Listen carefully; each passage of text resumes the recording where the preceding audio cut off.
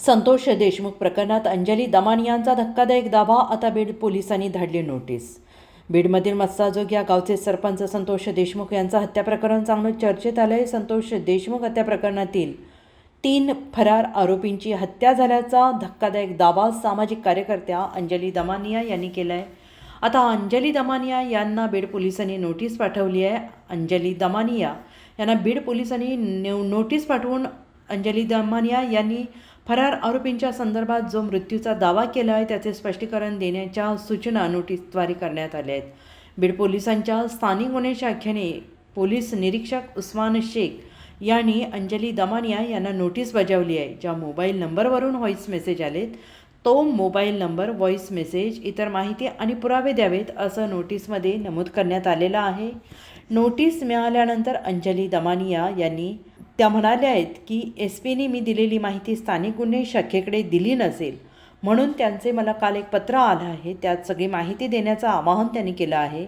माझ्याकडे आलेली माहिती मी त्या मिनिटालाच SP-कडे पाठवली होती. त्यांचे व्हॉईस मेसेज देखील मी पाठवले होते. सगळे डिटेल्स त्यांना दिलेले आहेत. पहिले 2 मेसेज जे डिलीट झाले आहेत त्याची देखील माहिती मी पोलिसांना दिली आहे. हे पत्र बघून मला आश्चर्य वाटलं, पण स्थानिक गुन्हे शाखेला ही माहिती हवी असेल तर त्यांना मी माहिती देणार असल्याचं त्यांनी म्हटलेलं आहे. मलाच काय हा प्रश्न तुम्ही महाराष्ट्राच्या जनतेच्या कुठल्याही माणसाला विचारा की आत्तापर्यंत ज्या ज्या चौकशा लागल्या गेल्या, जितकी प्रकरणं झाली त्यातनं सत्य कधी बाहेर आलं का, कधी कोणाला जेल झालं का, त्यांची जमीन जप्ती झाली का, आणि ती जप्ती झालेली जमीन किंवा जायदाद जी झाली, जसं अजित पवारांची झाली 1000 कोटीची संपत्ती जमा केली गेली इन्कम टॅक्सकडनं, पण ती सुद्धा पुन्हा त्यांना बहाल करण्यात आली. अशा गोष्टी घडू नये. आणि हे जे गुन्हेगारीकरण झालं आहे ना पूर्ण महाराष्ट्र राज्यात, याला कुठेतरी आता आळा घालायला हवा, म्हणून आपण हा लढा सुरू केला आहे. नक्कीच आपण जेव्हा म्हणलात की एवढे आमदारांवर गुन्हे दाखल आहे, जेव्हा त्यांना आमदारांनी नॉमिनेट केलं होतं तेव्हा तुम्ही आंदोलन का उभं नाही केलं? हे जेव्हा रिझल्ट आल्यानंतर हा ADRचा रिपोर्ट आला आहे, हे मी म्हणत नाही आहे. ADR नावाची एक संस्था आहे ज्यांनी तो रिपोर्ट बाहेर काढला आहे की 118 लोकांवर गंभीर स्वरूपाचे गुन्हे आहेत. तर असं जर असेल तर हे लोक मंत्री म्हणून तिथे जाणार, मंत्री म्हणून तिथे कायदे बनवणार आणि ते आपल्या जनतेवर लादणार, हे मला मान्य नाही. धनंजय मुंडेसारखे जे गुन्हेगारी प्रवृत्तीच्या लोकांना थारा देणारी माणसं, जे स्वतः अशी अनेक कृत्य केली आहेत त्यांनी, अशा माणसाला तिथे राहणं हे योग्य नाही. म्हणून ही लढाई आहे आणि ही सगळे आता जनतेने दिली पाहिजे. तर अनेक राजकीय पक्षांनी या प्रकरणामध्ये देखील आवाज उठवले होते. त्या राजकीय पक्षांच्या नेत्यावर तुमचा विश्वास आहे का? कारण तुम्ही या अगोदरची आंदोलनं केली होती, त्यांच्या विरोधात केलेली होती.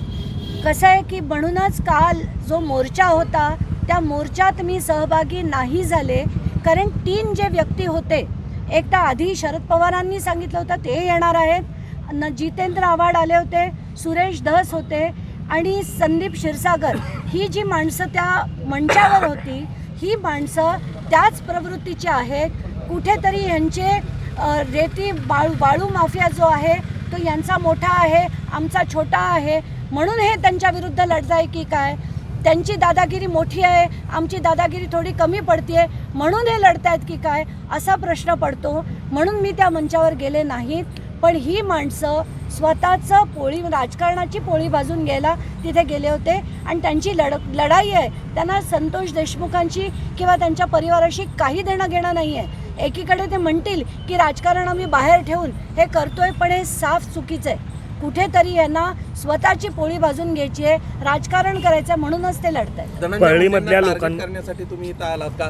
कारण राजकीय आणि सामाजिक माझं सगळं करिअर संपवण्याचा डाव राजकीय लोकांनी घातल्याचा आरोप देखील त्यांनी केलेला आहे. मी गणपतीची शपथ घेऊन सांगते, कारण गणपती माझं आराध्य दैवत आहे. तर धनंजय मुंडेंचं एकट्याचं राजकारण संपवण्यासाठी हे नाही, हे खरंच सगळं गुन्हेगारीकरण जे चाललंय त्या प्रत्येक ठिकाणी प्रत्येकाला लढा द्यायची गरज आहे आणि एक उदाहरण आपण सेट करावं, म्हणून मी हा लढा देते. आता दुसऱ्यांच्या विरोधात मग तुमची हीच लढाई असेल का? पुन्हा समोर एकाही राजकीय लोकांचं तुम्ही नाव घेत नाहीत, आणखी कुणाचे का? फक्त धनंजय मुंडे यांचेच पुरावे तुमच्याकडे लोक जमा करतायत? माझ्याकडे आता जसं मी म्हटलं, एकत्र सगळ्यांविरुद्ध लढणं शक्य नाही आहेत. ज्यांची आमच्याकडे माहिती आली आहे त्यांची माहिती आम्ही जमा करतोय. आणि एकूण विषय हा आहे की राजकारणाचं जे मोठ्या प्रमाणावर गुन्हेगारीकरण झालंय ते थांबवणं गरजेचं आहे.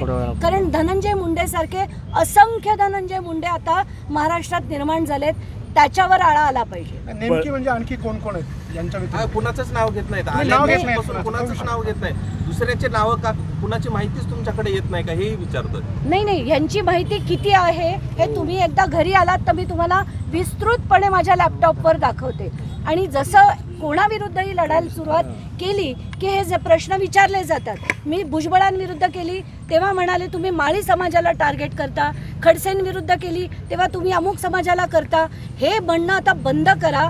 ह्या म्हणण्यामध्ये माझ्या तथ्य आहे की नाही आधी ते शोधा आणि त्याच्यावर कारवाई तर करा. पोलिसांकडे तुम्ही हे सगळं प्रकरण नेलं होतं, उलट पुन्हा एकदा पोलीस तुम्हालाच नोटिसा पाठवतायत, त्याच्याकडे कसं बघता? नाही, मला क्राईम ब्रांचकडनं एक नोटीस आली आहे आणि त्या क्राईम ब्रांचच्या नोटीसमध्ये त्यांना माहिती नव्हती की मी ही माहिती माझ्याकडची या फरार आरोपींवरची ही सगळीच्या सगळी माहिती मी आधीच एसपींकडे दिली होती.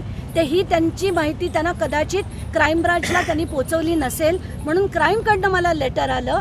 तर क्राईम ब्रांच काय, क्राईम ब्रांच, CID जी यंत्रणा माझ्याकडनं मागेल त्या यंत्रणेला मी ती द्यायला अगदी सर्रास तयार आहे. Bureau report, SBN Marathi, Beed.